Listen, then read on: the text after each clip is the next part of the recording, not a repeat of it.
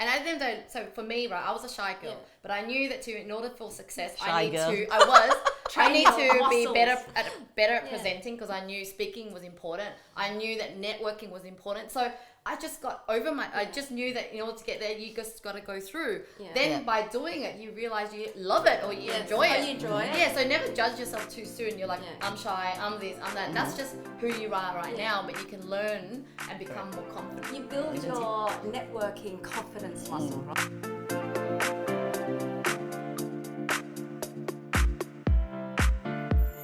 Hi everybody, and welcome to another episode of Rise and Shine. It's Linh Podetti, Jennifer Ko, Jacqui Ashley. and in today's topic, we're going to talk about networking, how to actually network effectively for business success. But of course, before we get started, we always have a surprise. You always bring something in, so today I'm going to share something beautiful and smelly. What's this? Durian ice cream. Oh my God. Now, if you don't know durian, well, if you're Asian, you would know durian, but if you're not Asian, you know that this is a jackfruit looking thing, but inside it's all yellow, and it's not good for us, but for people, This is the fruit that clears all the hotels. for people that haven't eaten it, it smells like fart. So You Try try it out. first, honey. I already know what it's like. Yummy. What do you think? Well, this one, okay, so durian is supposed to be the king of fruits, Do you know how actually. expensive it is in Australia right now? $23 a kilo. So when I went to the checkout, 2 kilos, as I was craving for it, $50. And it was just right there, and I had to make a quick decision. I'm like, you know what? Just buy it. And it was so delicious. So every single bite I had was worth $10, but it's so good. You know, just the cruise is just gone now. I know. Disappeared. I am so gonna make our cameraman eat this later because he's never eaten durian before. Poor Randall. Love to hear in the comments below, are you a fan of durian or not? Love to do like a durian versus non-durian, Challenge. All right, topic. First of all, tip: don't eat durian and then go networking. And talking to people. Because they might just go like this. Yeah, because I think in some hotels they actually have a sign. Yes. No durian. No durian. That's just how smelly it is. Although, if you're attracting the Asian one, they might come to you and go, Ooh, ooh, durian. Let me have Depends, some. right? All right, so let's talk about networking. Well, nowadays, networking, there is so many other ways, because back then, without internet and social media, you had to go and meet people and network. But then let's start with you. Back in the day, because you're older than all of us. They keep telling me that I'm ancient, okay? I know I'm ancient. That's I would love to okay. hear your philosophy around networking, since you're kind of a different generation. Okay, so I might not be able to do you much justice there, because when I was younger, when I was in my generation, when I'm supposed to be out networking, I was pretty much kept at home. So I have very strict parents, so I wasn't going out a lot. So then, of course, follow on to the arranged marriage. So for me, networking, I would probably say in the 90s, I could go back that far, in the 90s, is probably just getting together. So it's very much face-to-face, us meeting friends or whatever, organize a situation or an event, and then we all turn up together. There's no swiping or whatever ding plus or whatever it is that you guys do these days. Yeah. What I love about one of your story was that when you decided to get out there in business, you thought that I'm gonna pay my way into like the group of people, the inner circle that I want to be with. I really love that. It's kind of like you can sit around hoping that you meet the right ideal, business people. Yep. Or you find where they hang and you're willing to pay to be there. Yeah, so and you're on that level. Yeah, so basically, I always find there's two ways of doing things. So either one, you have a certain skill set that you contribute to the group that you want. So because even like when we talk about networking, the same as in high school, friendship, or uni, friendship, right? You always have that group over there that everybody wants to go there, and yet somehow, how do you go there? So there's two ways of going there. One is to, when we're saying pay your way there, it's like shower them with gifts until they notice. Or number two is, if they're really sort of a fun group, be something that can contribute to the group. So basically, if they are really good at tennis or whatever, make sure that you're a really great tennis player, and you can make them look good too. If their priority is to look hot or whatever, make sure you look hot, right? And if whatever it is, so if they're really smart, make sure that you top all the grades and do all the stuff that they do. So you align. Yeah, I really There's love an that. alignment. It does work for me. I didn't come with that intention, but when I joined like a mastermind, a networking business group, I paid to be there to learn something.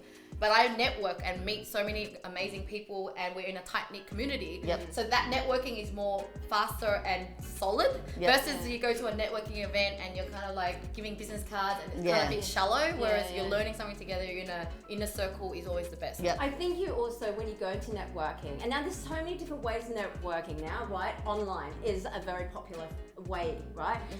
When you go in, you also got to have the intention in mind. Why are you going into this networking event? It's not just collecting business cards, you just end up 20 of them, not using them. And do what with it? And be clear as to who you want to network with, right? And I think it's about genuine networking too. Don't network coming in, okay, who am I going to target? What can I get from this? But actually see everyone in there as people. Yes, what can I give? Correct. How can I provide value? What advice can I, Correct, totally agree. Because you always go in there with the intention of, you know who you are, you know who you're looking for, but always go in there with the intention of, what can I contribute to this community? What can I contribute to this person that I'm supposed to meet, for example? So that way you're actually very clear. So when that person turns up, you recognize it right away. Well, with the pandemic recently, a lot of networking events have been shut off and we can't really meet anyone. So there's been a big rise in Facebook group communities. And what I love is that, there are certain communities that have the same values, the same niche. So what I love recently is this like Asian Hustle Network. Shout out to you guys, love you guys. But it's like you get to be surrounded by the people with the same interests. We're Asian, same values, and yet we're all hustlers or entrepreneurs. So when you're in there, it's already filtered. You know what I mean? Like, you're not just walking down the street hoping you're gonna meet someone, but this is a tight group. But in that group, I find that I would then find a subgroup of that. So I realized in there are people that are into YouTube right now. So we now are in a little mini YouTube group to help one another on YouTube. And so that's the power of online, being able to kind of reach a lot, but then filter down to even smaller. So knowing what you want to get out of that as well, right? Not just going in there and just joining any groups or joining any online events, right? Because there's a lot of online events that do networking in there. So go in with, the intention of what value can I give, and also what do I want to get out of it? And sometimes people might be watching this and they haven't started a business, they don't know, they just need a network. Then just observe, watch what people say, which ones are really adding value, then engage with that person. And don't be afraid to add them as a friend, ask them to have a meeting. And what I love about podcasts is that if you start your own podcast, which is like interview, you learn to interview, you build your confidence, but then you also have an opportunity to ask them to spend time with you. If someone just go to you, can you just chat to me? It's kind of a bit random and there's no purpose. But if someone came to me and said, hey, I really like your story, can I please interview you for my podcast? I already know that I will spend time with you, but then we're going to be sharing that with more people. And so then you get to almost get free mentoring, asking questions and feeling that connection. And so that's what I really think. I think what you just touched on is really important, because having access to certain people is very difficult. Podcasting is a reason or an excuse for you to open that door to have access to Lynn or any other person, right? So usually a lot of people want to go and approach a person, but they don't know how to do it or which way to go around. But then again, you don't really have to do podcasts to go and have access to people. You can have access to a lot of people by, say for example, you love Lynn or Jacqui. You'd go and have a look at the post and then you comment on the post. And if you comment enough, Lynn or Jacqui might notice, hey, there's someone who's a big fan. And next time if you actually, they might even reply back if they like your comment. You know what I mean? So there's a lot of way of approaching. But what I do love about the whole online space when it comes to networking compared to how it was in my days, ancient days, is the fact that you're no longer geography is no longer a restriction. You now can have access to people from all over the world. So therefore you can really find that niche and really cream right on the top in the area of your interest and really connect and really work together and have fun. And the camera crew or our crew behind us, I actually met them in a class, an acting class. So what I'm trying to get at is if you join something, you don't just go there to learn. Always remember, it's the people in your life that's going to add value, or you're going to add value to them. It's who they know, it's how you're going to contribute to each other. So when I go into a class, I don't just focus on the teacher, learn what I need to learn to leave. I actually network with the people there and become friends. And see, down the track, an opportunity comes up and we end up doing things together because I networked in my class. It's making the intention to actually get to know that person, asking the questions and providing that value as well. And I think also first impressions is quite important when you're actually in a networking environment. Well, maybe online, even so online, if you're doing Zoom, right? Because you only have 7 seconds. Did you know 7 seconds to impress someone? So you're going online networking, and this is something to think about. Tip is, how do you want to be perceived? How do you want to present yourself? So make sure, you know. Oh, yeah, so you're talking about when you're posting a post or something about yourself, then it's like, well, actually, from a network point of view, when you're, say, for example, online, and also live events. If you're going to a live event, right? How do you want to present yourself? Well, first impressions is really important. Yeah. How you go up to introduce yourself to that person. Yeah. Do you look them in the eyes? I guess the tip for me is always be really interested in people. Yeah. You know, let them talk. You know, when I go on a get to know Zoom, catching up with someone, I just ask them. Even I don't care if I don't get a chance to talk about myself. I actually let them talk full of, you know, the younger and then they only realize, like, oh, I didn't have time to ask you.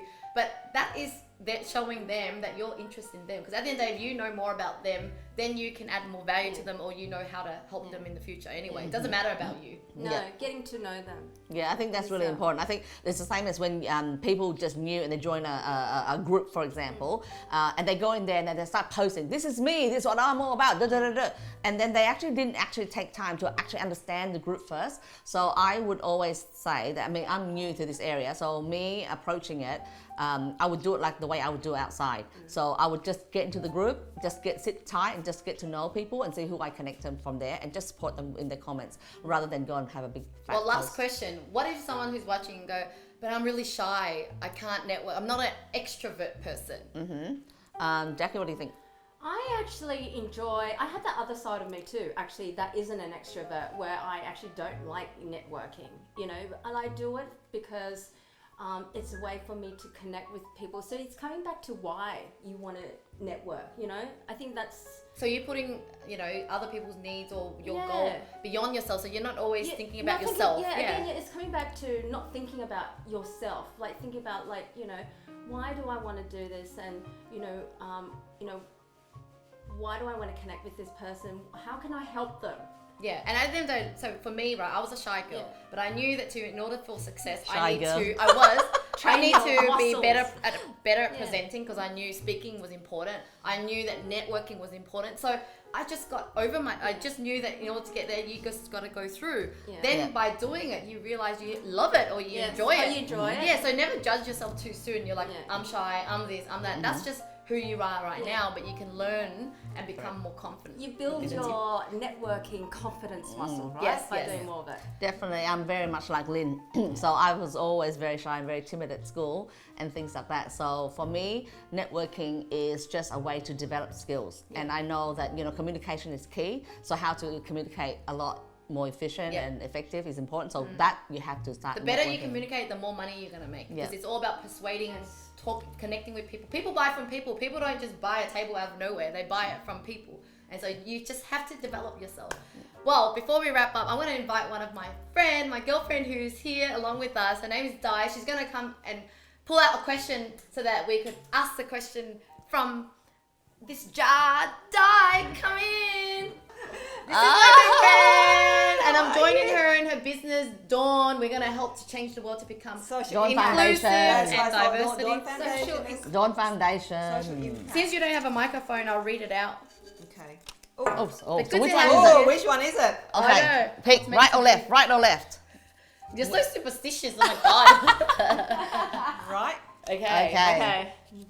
What was your first kiss like? Why on earth? Why on earth did you pick such a You were a frigid for a long time. What? Now you've labelled me old, ancient, frigid, what else are you going to label me? You didn't have a boyfriend until late. No, I didn't have any boyfriend. I was in an arranged marriage.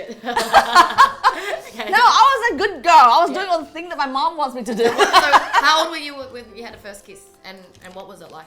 I think I was like 24. Was that your husband that you were married? That was your first kiss? Yeah, because I didn't have a boyfriend. Who am I supposed to go and kiss? For God's sake. So did it just happen? Like, do you remember the experience? No. I think one day he just goes, like, I don't know, he was just there, and then it was like, okay. And then he just leans over and gave me a kiss on the cheek, and I was like, okay. I should have gone left. Left. It's almost like, you know, it was like, anything else. It's like when I asked my mom, how do I know if I love this guy, Mom? And she goes, thing is, the longer you live with him, the more you love him. I was like, oh, okay. So you didn't know anything, you just went when you for a look, ride. trust me, when you don't know what is there outside to compare with, whatever they give you is, it's okay. Well, what was there to compare with? What was your first kiss like? My first kiss, he had braces. Before. So it was really weird. It was weird. And then I'm like, ouch. Oh, it hurt? So yeah, that was It my hurt? experience. I think my first kiss was I was 14. Yeah. It was just like I remember someone told me to kiss like a washing machine. I don't know. Kiss like a I washing don't know. That was in my head. I had a plan. Like I'm gonna kiss like a washing machine. But then I guess it just happened. Like it just flows. So you're 14, had a plan like to kiss like a washing 'cause you machine. have to, like, You prepare. suck on the braces, and I just didn't know what to expect at 24, and goes, oh, that's okay. Oh, there With you no go. plans. Thank you Jeez. so much for watching, guys. Love to hear in the comments below. When was your first kiss? And what was it like? Yeah, was it good or bad? Through the comments. Thank you so much for watching. If you love this video and if you love our channel, don't forget to subscribe and press the bell button so that you get notification for when our videos are up. That's it. It's Lynn here and Di. Jennifer. Jacqui Ashley. See you next time. Bye.